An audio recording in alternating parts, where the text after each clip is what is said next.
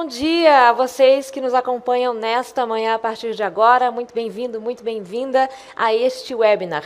Portas abertas, a realidade por trás da bola de cristal, a Hotelaria Internacional na Retomada. Este é um webinar promovido pelo Fórum de Operadores Hoteleiros do Brasil, FOB, pela Mercado e Consumo, da qual eu sou representante aqui hoje. Eu sou a Ana Freitas, editora-chefe do portal Mercado e Consumo. E este webinar é mais um momento da nossa jornada de conhecimento, uma jornada que a gente vem trilhando aí desde abril. De abril até agora promovemos 3 webinars e este é o 4, num total de 6, que a gente vai trazer aqui, que a gente tem trazido, né, para mostrar para vocês do mercado hoteleiro o que é tendência, o que é perspectiva e o que já é realidade. Agora que a gente tem um momento de normalidade, quase normalidade, expectativa pelo menos de volta a uma normalidade, seja lá ela qual for, né? Eu sou a Ana Freitas, como eu disse, fico com você aqui nesta manhã, neste webinar de hoje, e convido agora para se juntar a gente, se juntar a mim aqui no palco, o Orlando de Souza, ele que é presidente executivo do FOB e nosso anfitrião principal aqui dessa jornada. Bom dia, Orlando. Bom dia a todos, mais uma vez. Muito obrigado por todos aqueles que nos acompanham nessa nova jornada desse webinar, que faz parte da trilha do conhecimento, como a Ana já comentou, já falou. Vamos ver se a gente consegue passar mais para vocês ainda mais conteúdo, mais conhecimento, que a gente possa entender cada vez mais esse processo dentro dessa pandemia que causa tanta incerteza, e acho que vai fazendo com que a gente conheça cada vez mais, entenda cada vez mais e procure as soluções adequadas para sairmos desse momento. Eu queria fazer os nossos agradecimentos formais, né? Primeiro aos nossos mantenedores, aqueles que são associados ao FOB, mas não são hotéis, tá certo? Mas que também contribuem com a associação, que é a CVC Corp, a Elo Cartões, sempre parceira nossa, a Equipe Hotel, onde nós vamos estar presentes na Equipe Hotel, inclusive, ao final do ano, na feira. O Grupo R1, que nos oferece toda essa estrutura para fazermos o nosso webinar com essa qualidade que nós podemos oferecer para vocês, que vocês merecem. A Omnibis, nossa parceira estratégica em termos de produção de informações. E a Vega IT também, na parte de soluções para a hotelaria, são nossos mantenedores. Agradeço também nossos patrocinadores, a RCI, a CNC, da Confederação Nacional do Comércio, Serviços e Turismo, e o São Paulo Expo, onde nós estamos aqui hoje, que nos oferece esse espaço em parceria junto com a R1, nesse estúdio maravilhoso, onde a gente pode estar conversando com vocês. E, finalmente, nosso agradecimento àqueles que são nossos apoiadores. Quem são eles? São as nossas entidades co-irmãs, né? A BH Nacional, a ADIBRA, que é a Associação dos parques de diversões, a Brazilian Luxury Travel Association, BLTA, que reúne vários hotéis da categoria de luxo, a Federação Brasileira de Hospedagem e Alimentação, Resorts Brasil, nossa co-irmã também na parte da hotelaria de hospedagem, o Sindepat, que é a associação que cuida dos parques temáticos que tem uma simbiose muito grande com a hotelaria, e a Unidestinos, que também tem uma simbiose grande com a hotelaria, pois a Unidestinos reúne os conventions bureaus de vários destinos turísticos, e não há destino turístico sem que haja uma consistente hotelaria sendo ofertada. A todos eles, nosso muito obrigado, que nos ajudam sempre a colocar esses seminários e esses webinários em pé. E agora eu deixo vocês com a condução da Ana para continuarmos nessa manhã aqui juntos até o final desse webinar. Obrigado. É isso aí. Eu queria só lembrar uma coisa, se você está conosco desde o começo, bem-vindo de volta, muito obrigada pela audiência nesses 4 webinars. Mas se você não acompanhou os webinars que a gente já levou ao ar, tem levado ao ar desde o mês de abril, você pode fazer isso acessando o canal de YouTube do FOB, ou o canal de YouTube da Mercado e Consumo, e na própria Mercado e Consumo, mercadoeconsumo.com.br, a gente também fez uma cobertura ampla desses eventos, tem podcast também com um resumo de tudo que foi tratado aqui pelos especialistas e executivos convidados, tá bom? Fica o convite então, se você ainda não acompanhou, e obrigada mais uma vez se você está conosco novamente. Eu vou chamar agora aqui, vou anunciar, na verdade, aqui, quem são os nossos convidados do dia, além do Orlando, que vai participar do debate de Fernando Bacalá, que é do Hilton Hotel, ele é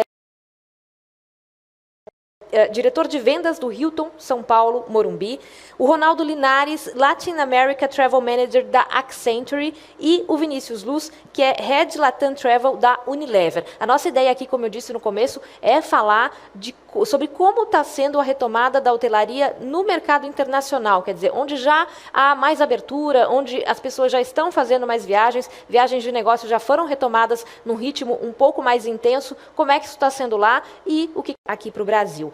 Eu conversei um pouco mais cedo com o Ronaldo Linares, da Accenture, e ele deu para a gente justamente um panorama do que está acontecendo, do que a Accenture tem feito pelo mundo e como tem sido, né, essa retomada das viagens dos executivos de negócios. A gente acompanha agora o bate-papo com o Ronaldo. Muito bem-vindo, Ronaldo Linares, Latin America Travel Manager na Accenture. É um prazer ter você aqui com a gente nesse encontro que debate o futuro e hoje especificamente mais do que o futuro, mais do que o que a gente espera que vai ser tendência, mas também o presente do que está acontecendo aí na hotelaria no mundo. Obrigada mais uma vez. Muito obrigado, um prazer estar com o pessoal do FOB, com o mercado de consumo. É uma grande honra para mim, fico muito feliz, é sempre um privilégio falar sobre viagens. Muito obrigado pela oportunidade. Alguns países estão com o ritmo de vacinação mais acelerado, né, outros menos. Alguns permitem a entrada de pessoas de determinados países, de outros não. O Brasil mesmo tem algumas restrições, né, para que executivos brasileiros possam sair do país e entrem em alguns países. Como é que está esse processo, especialmente nos países em que está tudo mais relativamente tranquilo agora, né? Que a vacinação está mais avançada e que nos quais as pessoas podem de fato entrar para viajar. A Accenture está enviando os executivos para esses países. Quais são os cuidados? Qual é o formato, digamos assim, que está sendo adotado para essas viagens? Bom, basicamente a gente precisa estar onde o cliente precisa que a gente esteja, né? Temos clientes espalhados pelo mundo inteiro. No Brasil inteiro, quer dizer, não trata-se apenas de viagens entre capitais, trata-se de estar nas plantas dos clientes. Desde que a gente retomou esse programa de viagens, claramente a gente notou um volume de viagens maior para localidades mais remotas, onde o cliente tem a sua operação fabril, onde a gente precisa ter recursos in loco para fazer determinadas instalações, determinadas operações de projeto. Então, de princípio, o que a gente notou foi uma demanda de viagens para destinos remotos no interior do país. O volume de viagens internacional ainda é muito baixo, mas ele começa a dar sinais de melhoria. Então, hoje eu tenho um grande volume já acontecendo, grande entre aspas, né, mas já tem um volume de viagens acontecendo no mercado doméstico, viagens internacionais começando a retomar, alguns destinos na Europa começando a se abrir para o Brasil.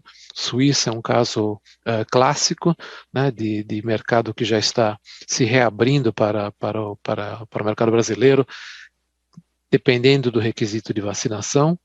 Acredito que esse ritmo deva se acelerar no segundo semestre ou a partir do comecinho do ano que vem, mas a tendência natural é que a gente volte a ter alguma demanda por viagens internacionais. Mas o tipo de viajante que nesse momento está viajando e que a gente entende será o viajante dos próximos meses, do processo de retomada, é aquele que tem a ver com necessidades específicas dos nossos clientes. Então, são as viagens de negócios orientadas para a implantação de sistemas, para a implantação de projetos, temas que requerem a presença de nossos técnicos, de nossos especialistas técnicos, gerentes operacionais, in loco na localidade do cliente. Essa é a tendência natural para os próximos meses. Mas é um começo, né? Já é um princípio, digamos, de retomada, é algo que vai acontecer gradualmente. Eu não imagino que nós vamos ter uma retomada da noite para o dia. Vai depender muito da confiança dos clientes em retomar suas operações normais, dos governos em baixar as restrições de viagens, mas eu acredito que o momento agora é de otimismo, que as coisas vão começar a retornar a seus eixos, mesmo que muito provavelmente a gente não vai ter um volume de viagens tão expressivo quanto a gente tinha antes da pandemia. Acredito que esse início de de retomada, a gente deva ter um movimento ainda bem menor, talvez a gente volte alguns anos atrás em termos de volume de viagens, mas com uma tendência, um viés de crescimento, de novo, lento e gradual, mais um crescimento, né? À medida que a própria economia cresça, o volume de viagens também tende a crescer. Esse, pelo menos, é a minha expectativa. Você até comentou aí em alguma das suas respostas que tem viagens que são necessárias, né? Que o profissional precisa estar em loco, conhecer uma operação, enfim, precisa estar ali mesmo, olho no olho, vendo a empresa, enfim, vendo ali o local, né, o espaço. E outras não, né? A gente, inclusive, descobriu muito mais durante esse período que muitas coisas podem ser feitas num papo como o que a gente está tendo aqui online, né? Você imagina que isso vai reconfigurar esse formato, por mais que a gente tenha uma retomada e de forma gradual, como você disse, mas também das viagens internacionais, ainda assim serão viagens num novo modelo? Eu acho que sim. De certa forma, nós já tínhamos na Accenture um modelo de trabalho remoto e de um modelo de trabalho virtual e colaboração remota extremamente presente, e a gente já incentivava muito o uso desse modelo de operação. No entanto, a gente tinha um volume de viagens extremamente elevado. O que passou a acontecer ao longo da pandemia foi que a gente perdeu a opção de viajar e passou a investir 100% dos nossos esforços nesse modelo virtualizado. Ou seja, ele já existia, a gente já fazia uso dele, mas tivemos que migrar radicalmente para esse modelo ao longo da pandemia. Isso, de certa forma, é uma curva de aprendizado, né? A gente acaba descobrindo maneiras novas e melhores de trabalhar ou de ser mais produtivo, se beneficiando do trabalho virtual na medida em que ele seja possível, mas, ao mesmo tempo, serve também como uma ferramenta a mais para quando o mercado retomar. Eu tenho a expectativa de que o mercado vai retomar, não nos mesmos moldes que tínhamos antes da pandemia, porque uma parte desse volume online de trabalho remoto deve permanecer ativo, até como uma forma de melhorar a qualidade de vida das pessoas. Imagina eu fico pensando quantas horas as pessoas perdem a bordo de aviões, no trânsito, indo para o escritório, enfim, em todo esse trâmite de deslocamento até o site do escritório, e o quão você se torna mais produtivo com uma operação remota. Então, a tendência natural é de que esse mundo virtualizado veio para ficar. Isso não é um modismo e não é simplesmente uma situação de emergência. As empresas, as pessoas se acostumaram com a ideia de que é possível sim manter a produtividade num ambiente virtualizado. Os próprios clientes vão adotar esse princípio. Entretanto, a necessidade de viagens também vai acontecer. Não vamos deixar de viajar por conta do mercado remoto, por conta do trabalho remoto. Eu acho que a grande tendência de futuro é ter uma avaliação melhor dos motivos, objetivos e benefícios de fazer uma viagem. Acredito eu que a gente estava num modelo de operação nos últimos 10 anos antes da pandemia, em que de certa forma se banalizou a necessidade de viajar. Se viajava, principalmente quando a gente fala aqui de viagem doméstica, nas superpontes, né, a ligação entre as principais metrópoles aqui do Brasil, a gente viajava de uma maneira até banal, por qualquer motivo a gente emitia-se um bilhete e ia para o Rio de Janeiro, ia para Belo Horizonte, ia para Brasília, para fazer uma reunião de 1, 2, 3 horas para retornar. E eu acho que isso é algo que a gente vai passar a reavaliar, o mercado vai passar a reavaliar, até que ponto é realmente necessário fazer a viagem, ou se pode substituir essa viagem por uma operação remota. Mas, de novo, isso não vai acabar com o mercado, isso vai, de certa forma, reequalizar o mercado, mas ele vai retomar o crescimento. De certa forma, vai recolocar o mercado, acho que no tamanho que ele deveria ser, para que ele possa crescer de uma maneira sustentável e gradual. Claro.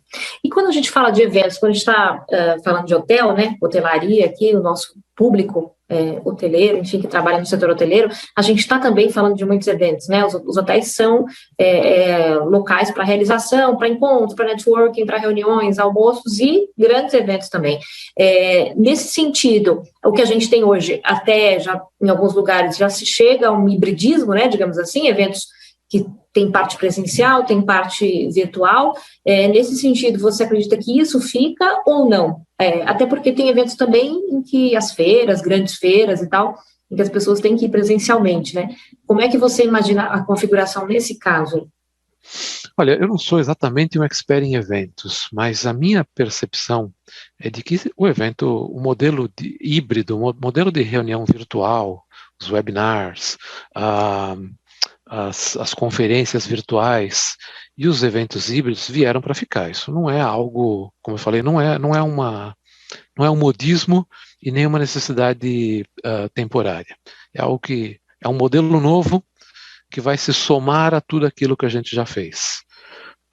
Acho que os organizadores de eventos vão ter que mais e mais usar a criatividade, agregar mais valor, agregar mais conteúdo de experiência aos eventos para torná-los interessantes aos seus participantes, para motivar os participantes a estar presente no evento, não simplesmente por causa do conteúdo, mas por conta de tudo aquilo que permeia o evento, por toda a experiência que seja oferecida, pelo aprendizado que seja oferecido.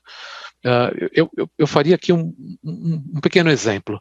Aquela experiência que a gente tinha no passado, de alugar um espaço de eventos pequeno, uma sala de reunião, coffee break, projetor, espaço em U para um grupo de pessoas, revisar resultados de vendas da empresa, acho que ele vai ter que ser repensado ao ponto de que seja possível oferecer nesta reunião algo mais do que meramente um debate em torno de resultados da empresa, mas atividades que eventualmente possam agregar conteúdo, treinamento, preparação, construção de equipe.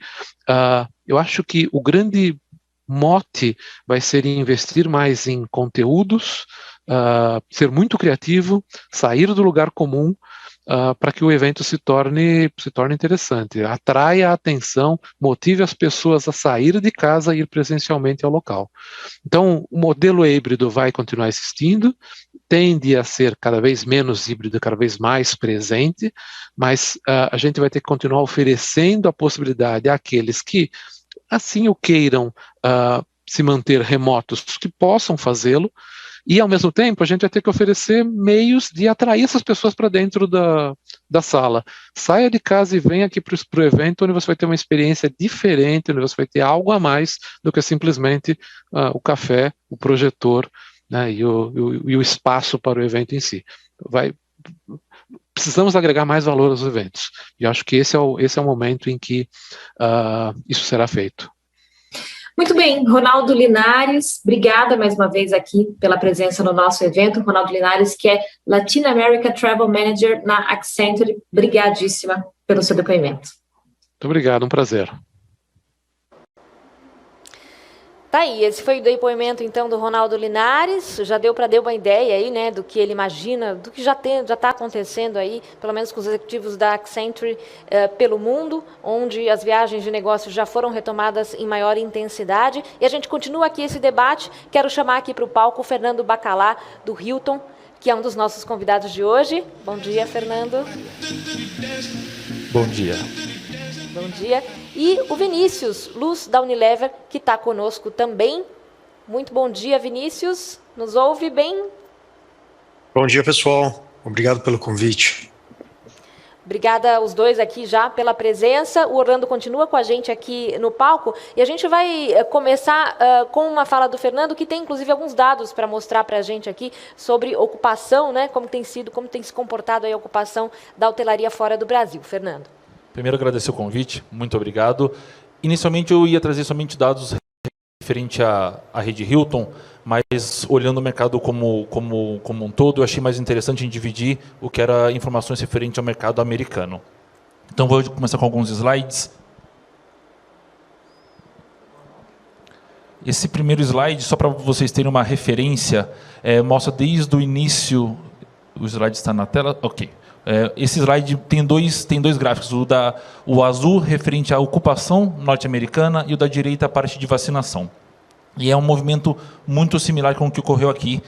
Aquele pico negativo da crise, tendo uma leve subida e vindo um segundo momento. E aquele segundo momento, a parte mais baixa, é onde teve início da vacinação norte-americana. E aí, desde o início da vacinação em janeiro de 2021, realmente a gente vê que o crescimento ele é constante. E o lado positivo é que os Estados Unidos já alcançou uma ocupação maior do que outubro de 2019.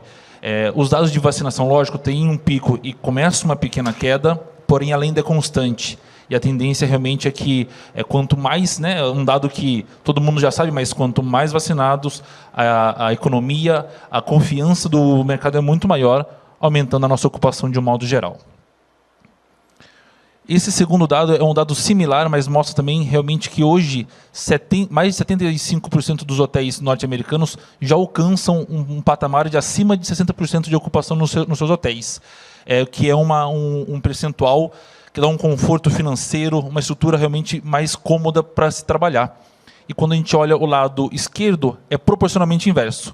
Grande parte dos hotéis estavam com uma ocupação abaixo de 60% e a grande maioria dela abaixo de 30%, que é o que a gente viveu aqui no nosso grande pico de crise, hotéis sendo fechados, ocupações super baixas. Mostrando um pouco já do Heavy Par, né, que é a combinação que nós temos referente à diária e ocupação, isso ainda é considerado um momento de recuperação norte-americana. Ainda não foi alcançado, vamos dizer, o 100% do índice que existia pré-pandemia, né, que ocorria em 2019, porém o mercado americano vem acompanhando a ocupação numa constante evolução. Já mostra o patamar muito próximo do que foi pré-pandemia, mas ainda tem um gap referente ao Heavy Par Index no mercado norte-americano. O outro gráfico, só para também ter uma comparação com o que seriam os mercados fora dos Estados Unidos, e aí eu falo muito de, principalmente, Caribe e Europa, ainda é considerado um mercado em recuperação. Tem um gap um pouco maior do que o norte-americano, por vários motivos de vacinação, de demora na condução econômica desses países. Tem mais dois slides só para vocês poderem entender. Isso é mais uma preocupação minha referente ao mercado, não é nem minha, mas é uma constatação que nós temos que ter uma atenção. A recuperação norte-americana e europeia ela é muito baseada no mercado doméstico, o que a gente vê ocorrendo aqui também, lógico, mas o mercado doméstico, até conversando com o Orlando antes, esse mercado doméstico americano e europeu ele é muito estruturado, né? Ele tem uma malha aérea muito forte, ele tem uma malha ferroviária muito forte. A economia local tem um subsídio muito maior do que o nosso. Então, essa dependência do mercado local foi um crescimento que teve muito grande em todos os mercados, quando a gente olha Estados Unidos, França, Espanha, comparado com anos anteriores. E o pequeno gráfico que você tem ao lado esquerdo, ele mostra a recuperação por segmento das grandes redes norte-americanas, Hilton, Hyatt e Marriott. E mostra claramente que o grande impulsionador deste momento é o segmento de lazer. Então, ainda nós temos um grande passo a dar ainda com o corporativo e um grande passo a dar com o segmento de grupos, tanto isso no Brasil, quanto em mercados internacionais. E, para finalizar o meu discurso, é a nossa realidade aqui também que a gente vive hoje. O que ocorreu lá, ocorre aqui, e nós temos hoje uma demanda gerada de última hora gigantesca, né? O primeiro gráfico da esquerda mostra o percentual de até 7 dias de tempo de fazer a reserva, ou seja, o lead time de reserva está muito curto, que é uma coisa que a gente já vê no nosso mercado local, a demanda sendo criada de última hora, né? O last minute realmente sendo o que vem sendo gerado. Então, isso é mais uma preocupação que a gente tem que ter, uma atenção, não uma preocupação, uma atenção que nós temos que ter com essa mudança de movimentação. Obrigada, Fernando, pelos dados. Queria já emendar uma pergunta para ti. Você comentou aí até da diferença que existe o mercado americano e o mercado europeu, né, com relação ao mercado brasileiro. Enfim, a gente está falando de regiões, países que têm uma estrutura muito mais forte e tal, então essa retomada se dá mais facilmente ali, pelo menos nas viagens locais, regionais. Como isso se configuraria aqui no Brasil? A gente está falando, no Brasil a gente fala também de um país continental, como é o caso dos Estados Unidos, também tem muitas viagens de negócios locais, e isso até o nosso executivo da Accenture, nosso convidado, o Ronaldo, falava que isso também já tem sido retomado, né? Mas há diferença nesse ritmo de retomada pelo fato de sermos países com estruturas, enfim, diferentes? Eu acho que a recuperação lá, quando começou a vacinação, é que os gráficos, apesar de tudo, ele não mostra a ascensão que foi. A partir do momento que teve, vamos dizer, uma carta branca para os negócios voltarem, a demanda de cidades grandes como Miami, Nova York, São Francisco, literalmente de um mês para o outro, ela dobrou. Então, foi muito rápido. A nossa questão aqui, que a gente tem que ter um pouco de atenção, as viagens regionais vêm ocorrendo, mas muitas vezes não para as grandes cidades como ocorre nos Estados Unidos. Hoje, São Paulo ainda tem uma carência de ocupação muito grande, mas as cidades menores já estão com uma demanda um pouco maior. O que a gente tem que ter muita atenção o crescimento não é aquele linear como a gente esperava. O que ocorreu lá foi de um mês para o outro, literalmente, você dobrar uma ocupação. E aí você tem que ter tudo muito bem preparado. Porque havia esse preparo. Lá muito estruturado, né? Os hotéis, apesar de tudo, têm uma política, cada estado uma política muito clara. Então, quando as coisas, a economia, a vacinação tomou impulso, a recuperação foi muito rápida. Muito rápida. Hoje nós temos cidades como Miami com ocupações maiores do que era 2019. Então, assim, a diária ainda temos um gap, mas a ocupação voltou a padrões que até assustam um pouco. Essa é a grande verdade. E até com relação a um dos dados que você mostrou aí, um dos últimos, na verdade, um dos últimos gráficos, você fala que do lead time, né, do tempo que a pessoa está fazendo a reserva, que é muito, a pessoa faz para uma semana, dali uma semana, né? E você alertou até para os riscos, enfim, para os cuidados que as empresas têm que ter nesse sentido, a rede hoteleira tem que ter. O que a rede hoteleira está fazendo para lidar com essa demanda tão de curto prazo?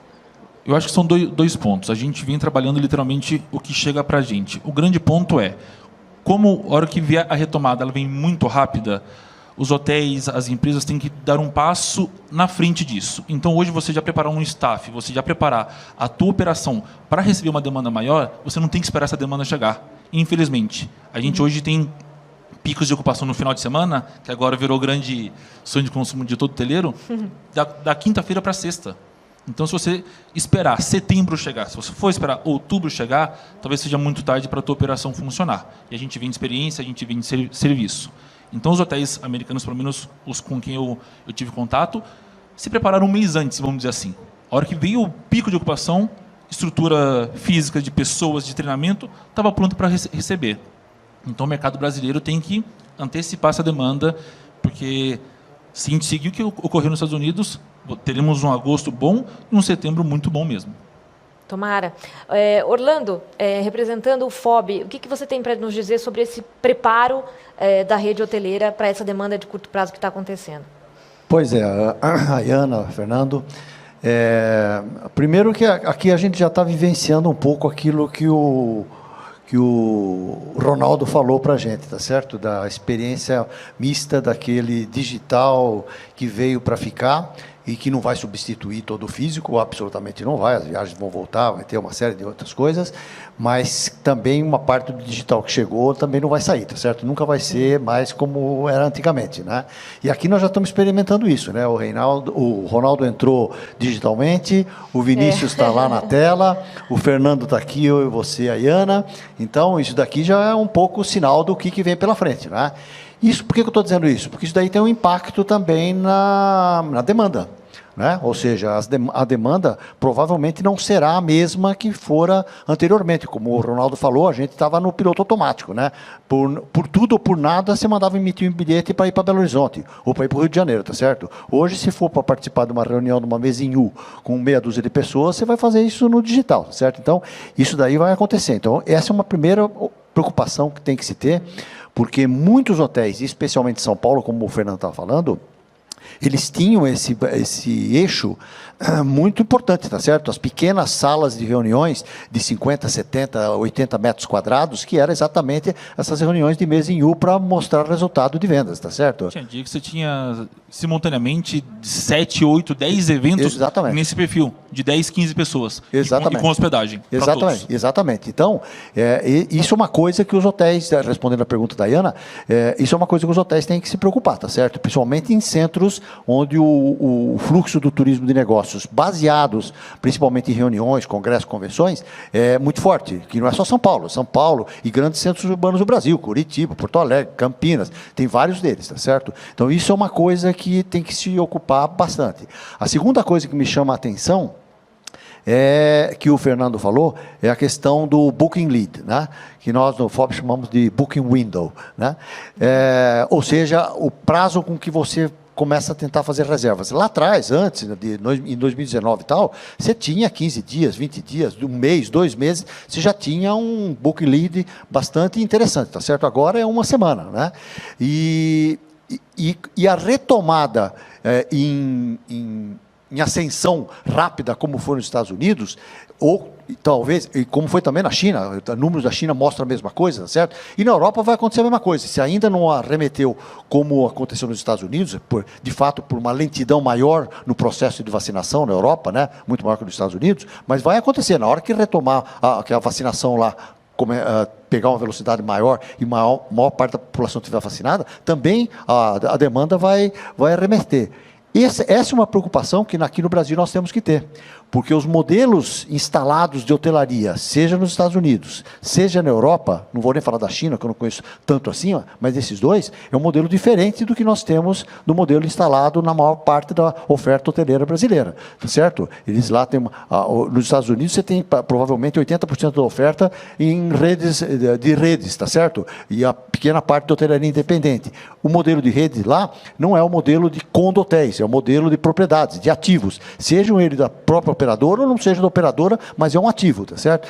Nesse modelo aí, você consegue tomar decisões talvez mais rápidas, de repor seu quadro pessoal, seus toques, tudo isso daí, para prever que possa haver um avanço muito rápido da ocupação. Aqui, no Brasil, nem em todo lugar você vai conseguir fazer esse movimento tão rápido. Então, essa é sim uma preocupação que vai se ter. Né? Não só isso, acrescentando, a lei trabalhista, por mais que já teve um passo a mais, a americana permite que você contrate a pessoa por 3 horas, literalmente. Uhum. A gente teve uma melhora, mas ainda tem uma trava nisso. Então, isso é um outro ponto que lá você reage muito mais rápido, não dá nem para comparar. Você contrata pela demanda mesmo, né? Logo a demanda surge. E é uma demanda que você pode contratar até um pouco a longo prazo, exato, mas você tem um período específico, então te permite ser muito mais flexível do que a gente aqui. Uhum.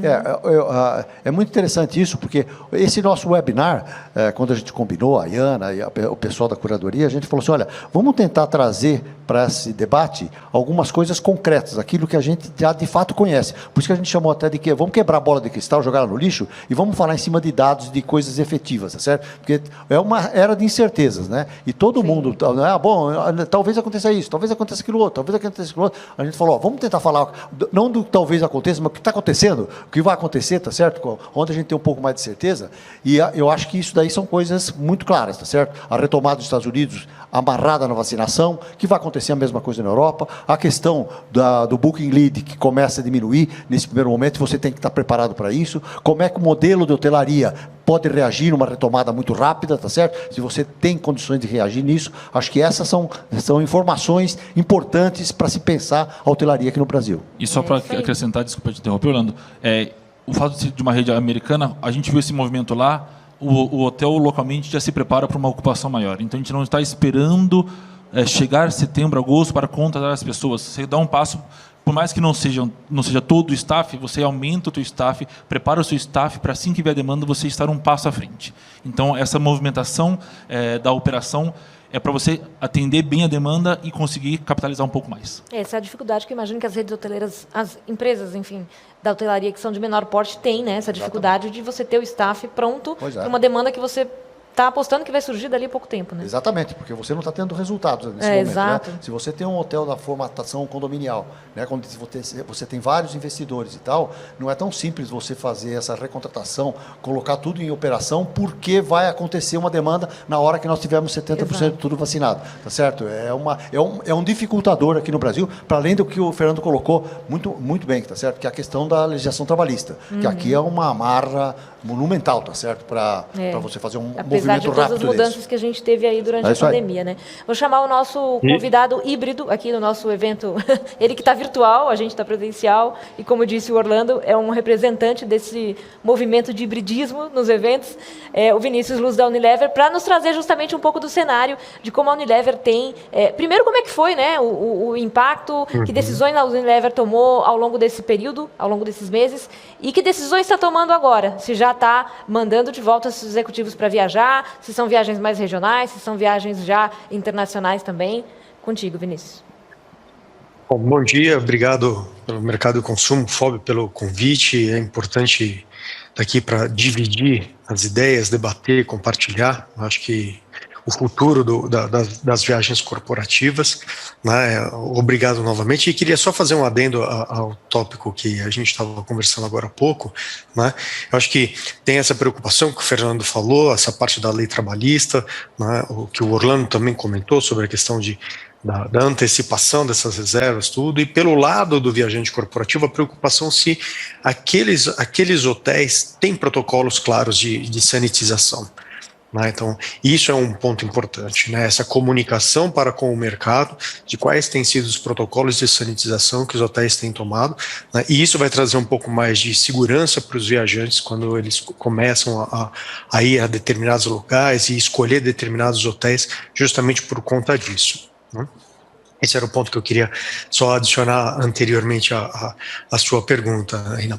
Na realidade, final de 2019, a Unilever já vinha acompanhando a questão do coronavírus na China, né, acompanhando muito com o que a Organização Mundial de Saúde vinha comentando, vinha dando seus relatos, tudo, e aí em março de 2020, né, efetivamente dia 13 de março de 2020, o presidente da Unilever Mundial, o Alan Jope, fez uma reunião com toda a organização, fez um streaming, como a gente está fazendo, né, para toda a companhia, dizendo que a partir daquela data ninguém mais iria para o escritório, todo mundo deveria trabalhar da sua casa até segunda ordem, né. Hoje continua assim, né, o que a gente vê são algumas viagens extremamente importantes para o negócio, então você viaja se for extremamente importante para o negócio, com uma série de aprovações, né, justamente pela preocupação da contaminação, né, para que a pessoa não se contamine durante a viagem. Então, criou-se um protocolo de autorização para que você pudesse viajar, mesmo que fosse para sair da sua casa e ir para uma fábrica na mesma cidade, né. Então, existe uma série de restrições. Praticamente todos os escritórios da Unilever estão fechados, né? Alguns escritórios começaram reabertura, principalmente na parte da Oceania, alguma coisa da Ásia, né? E aí, falando nisso, a gente vê a questão de viagens, né? Está muito mais para viagens domésticas. Hoje, praticamente 90% do nosso volume de viagens que a gente tem estão em viagens domésticas, né? E os outros 10% internacionais acabam sendo mais por questões de expatriados, uma movimentação de um funcionário para determinado país, ou retorno dele ao seu país de origem. Quando a gente está falando das viagens ainda, dentro das viagens domésticas, né, é interessante que, e isso a gente já conversado com o Fernando, né, mas ele falou, olha, muitas hospedagens têm acontecido dentro do segmento doméstico. E o que a gente vê é que a quantidade de viagens que tem acontecido, né, praticamente 75% dessas viagens são viagens que sim necessitou hotéis. Né, foi necessário a reserva de hotéis, porque as pessoas procuraram viajar de carro, né, ao invés de pegar um avião. Né, então isso acabou gerando uma demanda um pouco maior. Na hora que a gente olha a Unilever como um todo, para se ter uma ideia, quando a gente compara 2019 com 2020, a redução de viagens foi praticamente de 77%. né, no volume de viagens, considerando que o primeiro trimestre de 2020 a gente ainda teve algumas viagens, né? Mas a hora que a gente olha, comparando o mesmo período, de janeiro a junho de 2021 com 2020, essa queda foi de praticamente 80%. Né? Então houve uma redução muito grande. Né? Como vai ser o futuro? Né? Com certeza, os números de 2019 não serão os mesmos nos próximos trimestres, ou nos próximos 6 meses, ou talvez no próximo ano. Né? A viagem ainda está uma situação muito sensível, né? E a Unilever colocou viagem como uma situação voluntária, ou seja, se você não se sentir confortável, né, você não viaja, não tem nenhuma penalidade por conta disso. Né?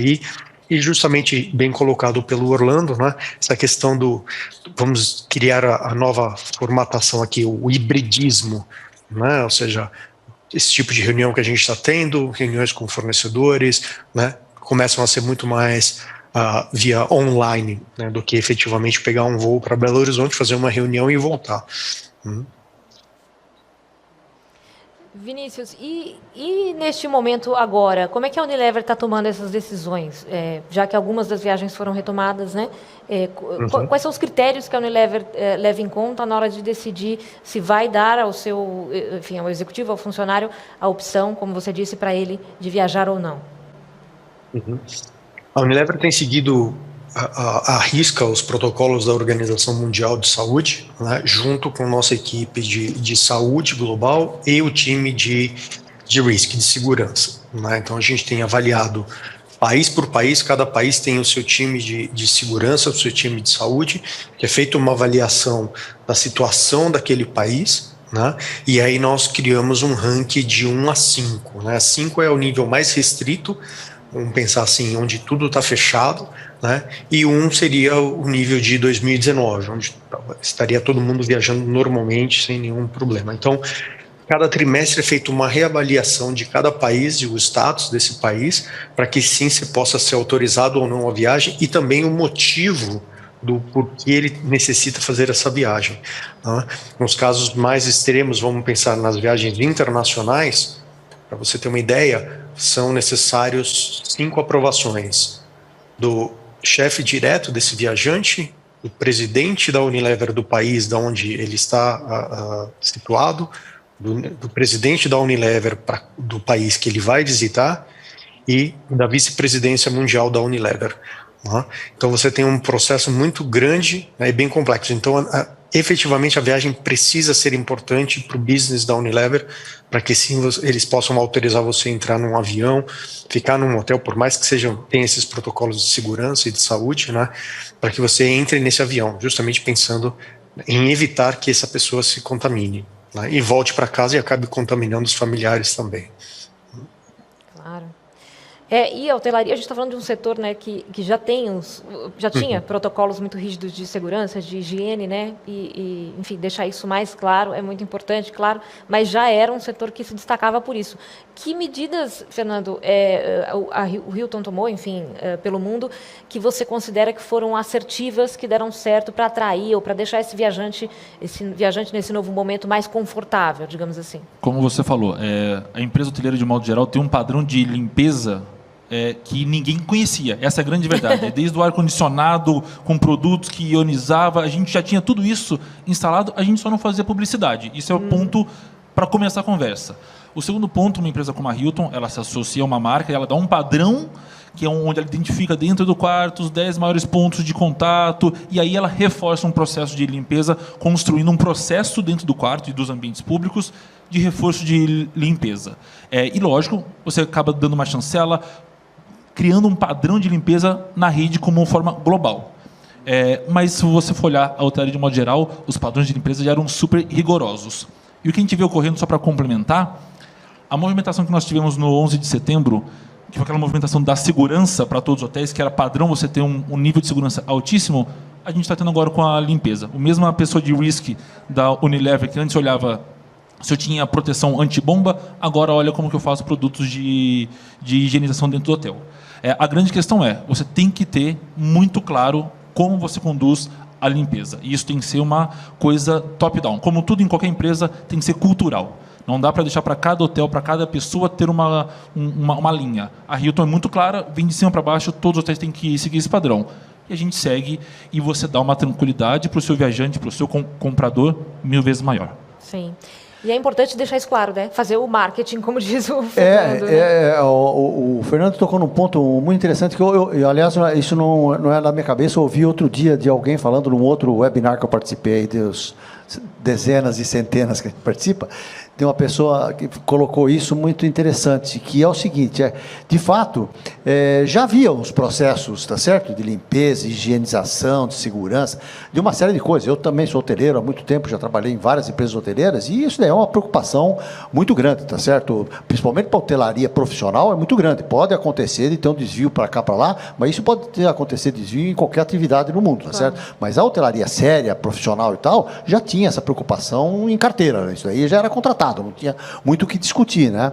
O que aconteceu agora é exatamente isso que a pessoa falou um dia nesse webinar. Ela falou assim, olha, o que acontece é que agora você tem que se preocupar, primeiro, de divulgar que você tem, tá certo? De falar que você tem essa... Porque todo mundo tem que mostrar que criou um protocolo. E o protocolo tem que ser alguma coisa que, de fato, seja crível, né? Não adianta falar, no meu hotel tem lá o protocolo do Orlando. Não serve, tá certo? Tem que ter um protocolo chancelado por uma empresa, como a Hilton deve ter uma empresa por trás que chancelou, como um Accor tem uma empresa que chancela por trás, como o FOB, aliás, desenvolveu um protocolo chancelado pela Faculdade de Medicina da USP, tá certo? E que pode ser utilizado por redes que, sejam do FOB ou de fora do FOB, pode ser utilizado como um protocolo oficial, ou seja, um protocolo crível, né? Isso é a primeira coisa. E a outra coisa é o seguinte, na hora que você publicita de que você tem o protocolo, e tem toda essa segurança, esse controle, você tem que mostrar isso na prática, porque o que acontece agora é que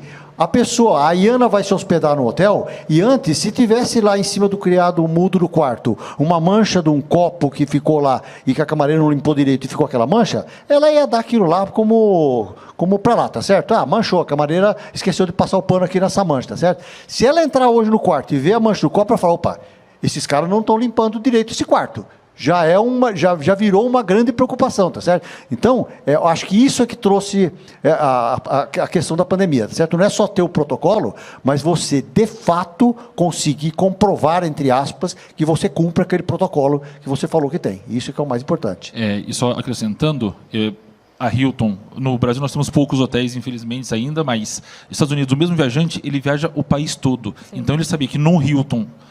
Não importa o nível do Hilton, das bandeiras que nós temos, ele vai encontrar o mesmo padrão de limpeza, é o que o Orlando falou. Ele vai saber se ele pode viajar tranquilo ou não, se aquele copo ali deveria estar ou não. Então, isso dá uma tranquilidade para o viajante e para o comprador de viagens muito grande. Tem que ter um padrão claro.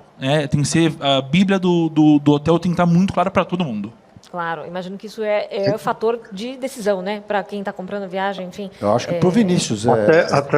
Até uma experiência particular que eu tive, né? Fiz uma viagem dentro da cidade, dentro aqui do estado de São Paulo, tudo, né? E me hospedei num hotel e efetivamente tinha justamente aquela etiqueta na porta, como se fosse um lacre de segurança, né? E quando eu abri ele se rompeu, ou seja, para eu ter certeza que aquele quarto foi limpo, né?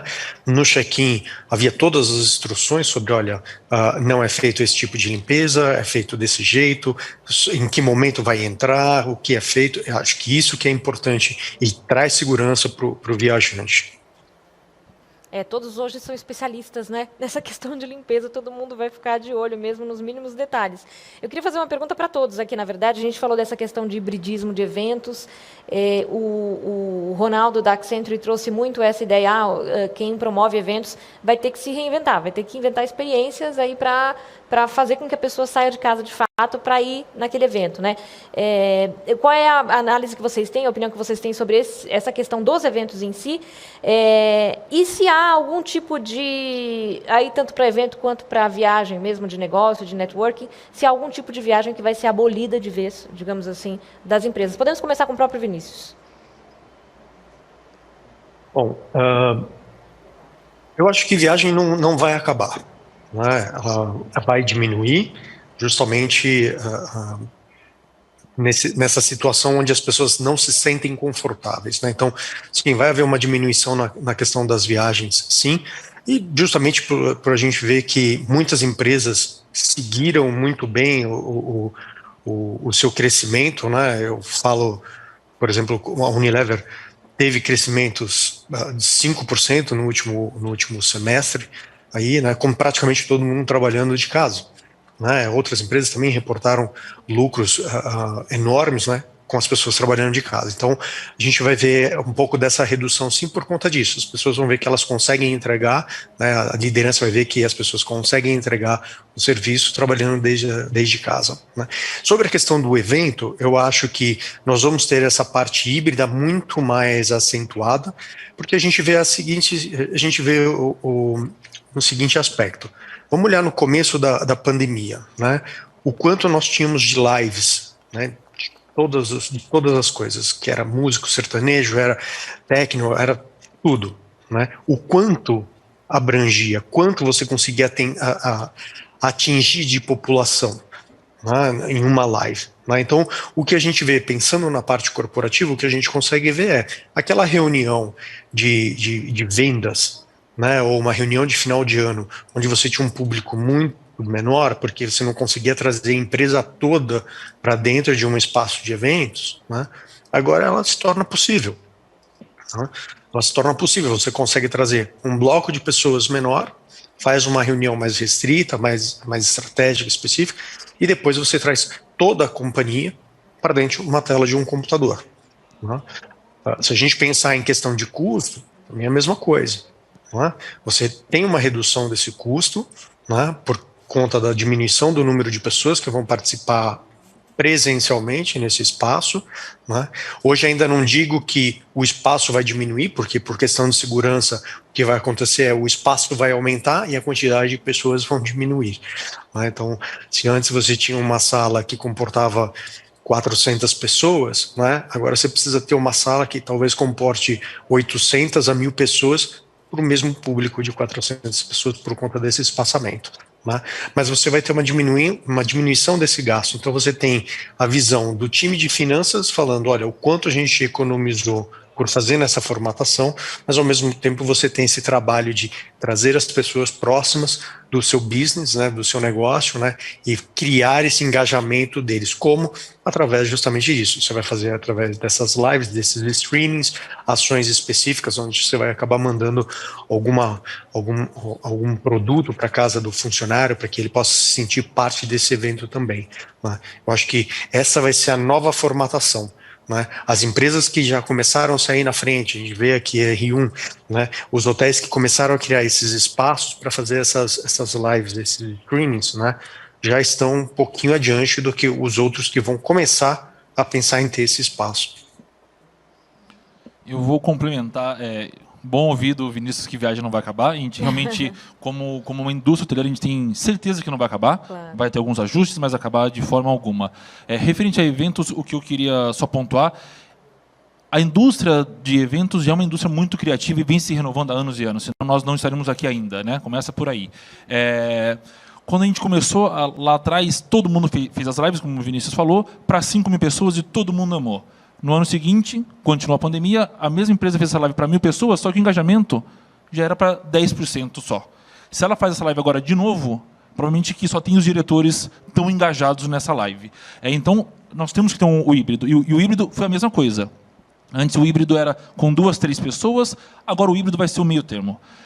Tem aquele público que a Unilever tem que ter do lado dela, tem que ter com o vendedor dela, tem que ter com o diretor dela sentado, tomando um café, batendo um papo.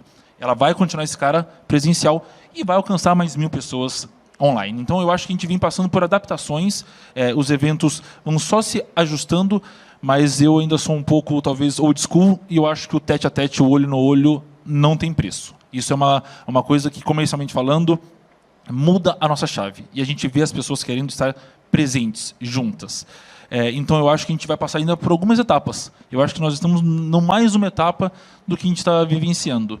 E a gente vê o reflexo dessa necessidade de estar junto do humano nos finais de semana de resorts. As famílias estão carentes de estar com outras pessoas, de se reunir. E isso acontece dentro das empresas. O engajamento você tem, de novo, com as pessoas presencialmente, é outra história. E aí entra experiência, entra o produto, entra como você conduz. E para finalizar, um ponto que eu concordo mais ou menos com o Vinícius é a parte de custos. Para você fazer um evento online, não é tão mais barato, e para você engajar as pessoas, você vai, vamos lá, o evento online, show da Ivete Sangalo, ela não tem um show barato, né? Então você acaba tendo gastos extras que no presencial não necessariamente você teria. Então pode sim ser mais barato, mas a hora que você olha o montante, eu diria que é elas por elas. Mas você alcança muito mais pessoas, isso eu não tenho dúvida. E não só o Vinícius, como também o Ronaldo no começo falou pra gente, né? As viagens não vão acabar, claro, as pessoas vão continuar viajando, mas é uma nova configuração, um novo jeito de viajar, novas prioridades, né? Que tipo de viagem, para que tipo de viagem eu vou mandar o meu executivo, em que modelo, enfim, por quanto tempo, tudo isso que vai mudando, né? Orlando, como fazer essa experiência ser atrativa para esses eventos, para as pessoas virem presencialmente aos eventos? Eu acho que uma coisa que vai estar muito na linha de conta dos decisores vai ser a velha e bem falada relação custo-benefício, tá certo? Qual é o benefício que eu tenho para eu assumir esse custo? E o custo aí não é só financeiro, é o custo do tempo, é o custo do risco de você viajar, é o custo do desconforto de você sair para viajar, é uma série de coisas, tá certo? Vamos lembrar que teve uma pesquisa que foi mostrada num também desses webinars que eu vi, que mostrava que 70% das pessoas que viajavam a negócios, para turismo de negócios, de congressos, convenções, enfim, o business travel, mais de 70% dessas pessoas que viajavam, eles sentiam um complexo de culpa de estar muito pouco com a família, certo? De sacrificar a relação familiar em virtude de que ele tinha que fazer isso daí. Tá? Então tem lá dentro um DNA ali, tá certo? Uma coisa subliminar de que isso daí vai ser provocado. Então, esse cara vai fazer essa relação custo-benefício. Vale a pena eu ir para esse evento presencial se eu não preciso ir, tá certo? Né? É o que o Vinícius colocou. Vai ficar, a empresa vai ter que dar a decisão para ele. Olha, eu acho que eu não preciso ir, tá certo? Eu vou sacrificar o fim de semana, vou ter que sair daqui, vou voltar sábado à tarde e tal. Então, essa relação custo-benefício, de novo, como o Ronaldo falou também, que estava tudo meio no automático, tá certo? Eu acho que ela vai ser mais ponderada, vai ser levada mais em conta e vai ter que ter muito claro se é com experiência, se não é com experiência, o que é, o que não é, eu não sei exatamente, mas vai ter que ser muito claro para a pessoa decidir de que ir presencial é muito importante ela ir, tá certo? Se você não conseguir passar isso para ela, que é muito importante ela estar lá, seja pelo relacionamento, seja por tete-a-tete, seja para fechar negócio, ou seja pela experiência, mas o que for, mas tem que ter um motivo.